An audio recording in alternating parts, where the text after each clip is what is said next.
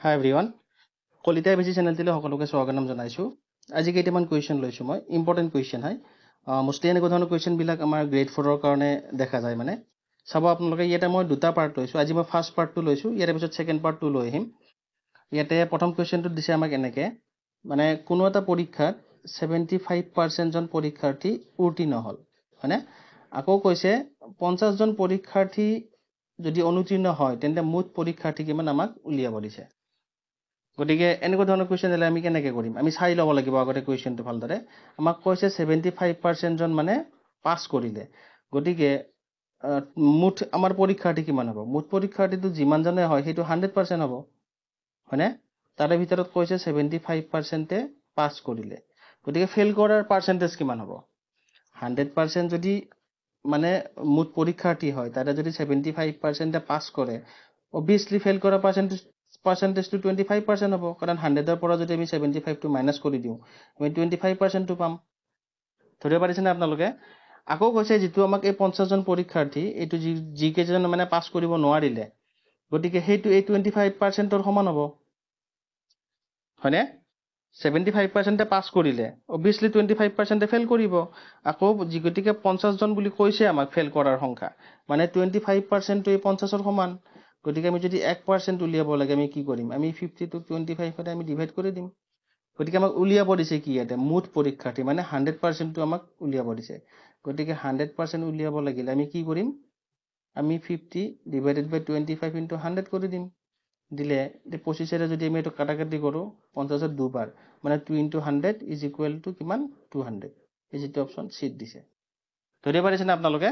চাব আপোনালোকে ভালদৰে। মানে আমাক দিছে 75%-এ পাছ কৰা বুলি, হয়নে? আকৌ আমাক ফেইল কৰাৰ পাৰ্চেণ্টেজ দিয়া নাই, কিমানজনে ফেইল কৰিছে সেইটো দিছে।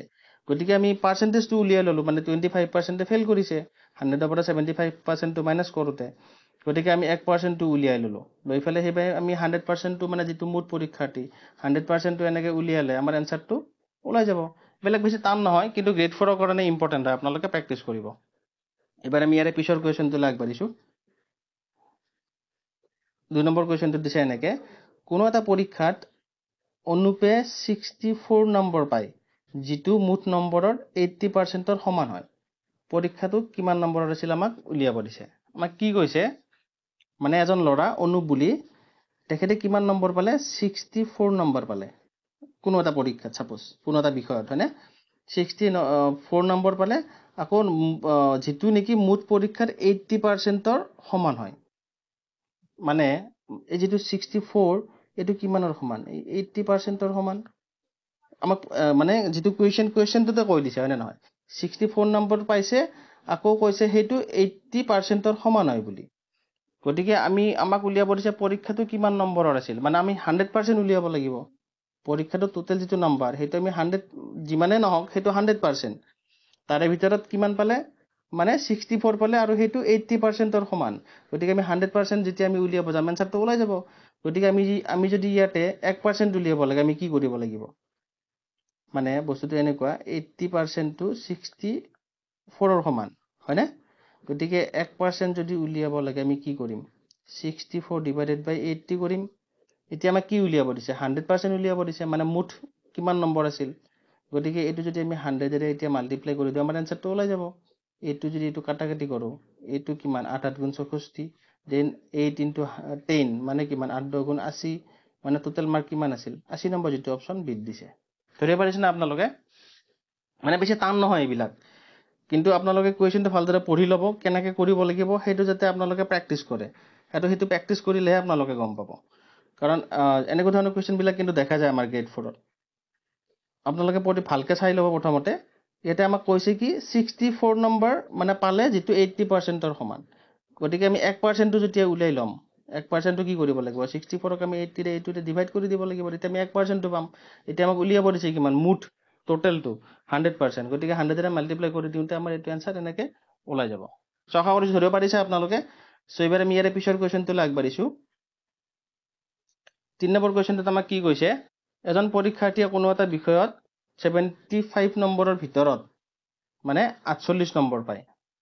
মানে 75 নম্বৰৰ ভিতৰত, মানে ছাপ'জ কিবা এটা পৰীক্ষা আছিল, পৰীক্ষাটোত নম্বৰ আছিল 75, তাৰে ভিতৰত পালে 48 নম্বৰ। পৰীক্ষাৰ্থীজনে পোৱা নম্বৰৰ শতাংশ কিমান মানে কিমান পাৰ্চেন্টেজ পালে একদম ইজি এইবিলাক টান নহয় কিন্তু আপোনালোকে চাব প্ৰেক্টিছ কৰিব এইবিলাক গেট 4 ৰ কাৰণে আমাক কি কৈছে ইয়াতে কিমান পালে লৰাজনে পৰীক্ষাৰ্থীজনে 48 পালে কিমানৰ ভিতৰত এক্সাম আছিল 75 গতিকে পাৰ্চেন্ট উলিয়াব লাগিলে আমি কি কৰিব লাগিব 100 ৰে মাল্টিপ্লাই কৰি দিব লাগিব দিলে আমাৰ আনসাৰটো ওলাই যাব এটা যদি আমি এটো কাটাকাটি কৰো 25 ৰে এটো কিমান 4 বাৰ 25 ৰে এটো কিমান 3 বাৰ নেক্সট 3 ৰে 16 সৰি 3 ৰে 48 ত কিমান 16 বাৰ 16 3 48 নেক্সট 16 ইনটু 4 কিমান 4 6 গুণ 24 4 2 4 গুণ 4 2 6 64 16 4 গুণ 64 গতিকে টোটাল কিমান হ'ব 64 মানে 64% হয়নে এই যেটো অপচন বি দিছে সো আশা কৰিছো ধৰিব পাৰিছে আপোনালোকে এবাৰ আমি ইয়াৰে পিছৰ কোৱেশ্চন এইবিলাক বেছি টান নহয় একদম ইজি ইয়াৰে পিছৰ কোৱেশ্চনটো লাগবাৰিছো আমাক 4 নম্বৰ কোৱেশ্চনটো দিছে এনেকে এজন পৰীক্ষাৰ্থীয়ে কোনো এটা পৰীক্ষাত 64% নম্বৰ পায় আৰু পৰীক্ষাটো মুঠ নম্বৰ আছিল 450 মানে 450 নম্বৰৰ আছিল পৰীক্ষাৰ্থীজনে কিমান নম্বৰ পাইছিল আমাক সুধিছে মানে তাৰে উল্টাটো সুধিছে এইবাৰ হয়নে এবাৰ কৈছে 64% পালে আকৌ টোটাল পৰীক্ষাটো কিমানৰ আছিল 450 মানে 450 নম্বৰৰ আছিল গতিকে কিমান নম্বৰ পালে হেতু সুধিছে মানে কিমান নম্বৰৰ পৰীক্ষা আছিল 450 আকৌ কিমান পালে 64% মানে 64 divided by 100 হয়নে 64% 64 divided by 100 total number 450 এটা যদি আমি এটা কাটাকাটি কৰো 0 0 নেক্সট কিমান 5 ৰে 5 9 গুণ 45 দেন 5 দুগুণ 10 দেন 2 ৰে এটুক যদি কাটো 3 দুগুণ 6 দেন 2 দুগুণ 4 মানে 9 into 32 মানে 9 দুগুণ 18 ৰ 8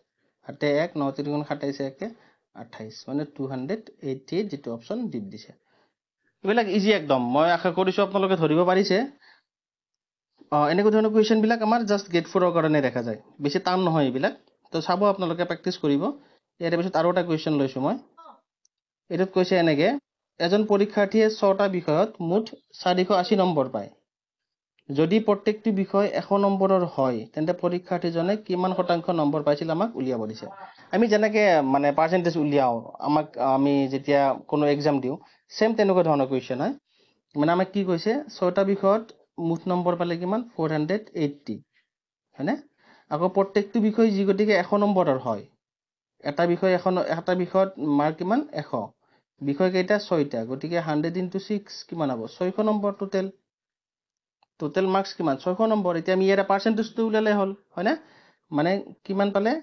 480 পালে কিমানৰ ভিতৰত 600 ৰ ভিতৰত এটা পাৰ্চেন্টেজ উলিয়াবলৈ কি কৰিব লাগিব জাস্ট 100 ৰে মাল্টিপ্লাই কৰি দিলে হল এতিয়া এইটো কাটাকাটি কৰিলো কৰি 6 ৰে এটো ডিভাইড কৰিলে কিমান হ'ব 6 8 গুণ 48 0 80 মানে কিমান পাৰ্চেন্টেজ পালে 80% যেটো অপচন সি দিছে সো আশা কৰি ধৰিব পাৰিছে আপোনালোকে চাব এনেকুৱা ধৰণৰ কোৱেশ্চন বিলাক প্ৰেক্টিছ কৰিব আপোনালোকে বেছি টান নহয় একদম ইজি সো যদি ভিডিওটো ইনফৰমেটিভ পাইছে তেতিয়াহলে প্লিজ লাইক কৰি দিব আকৌ যদি নতুনকৈ চাই আছে চেনেলটো সাবস্ক্ৰাইব কৰিব নাপাহৰিব এইটো মই ফাৰ্স্ট পাৰ্ট ইয়াৰ পিছত মই সেকেন্ড পাৰ্ট 2 লৈ আহিম হেতুত আমাৰ গ্ৰেড 3 ৰ কাৰণেও আছে কোৱেশ্চন মানে মই লৈ আহিম হেতু আপোনালোকে চাব প্লাস যেটো বেল আইকন আছে হেতু অল কৰি ৰাখিব যাতে যিবিলাক ভিডিও মই লৈ আহি আছো আপোনালোকে যাতে পাই থাকে প্ৰেক্টিছ কৰিব পাৰে সো আজিলৈকে ইমানতে এৰিছো টেক কেয়াৰ বাই বাই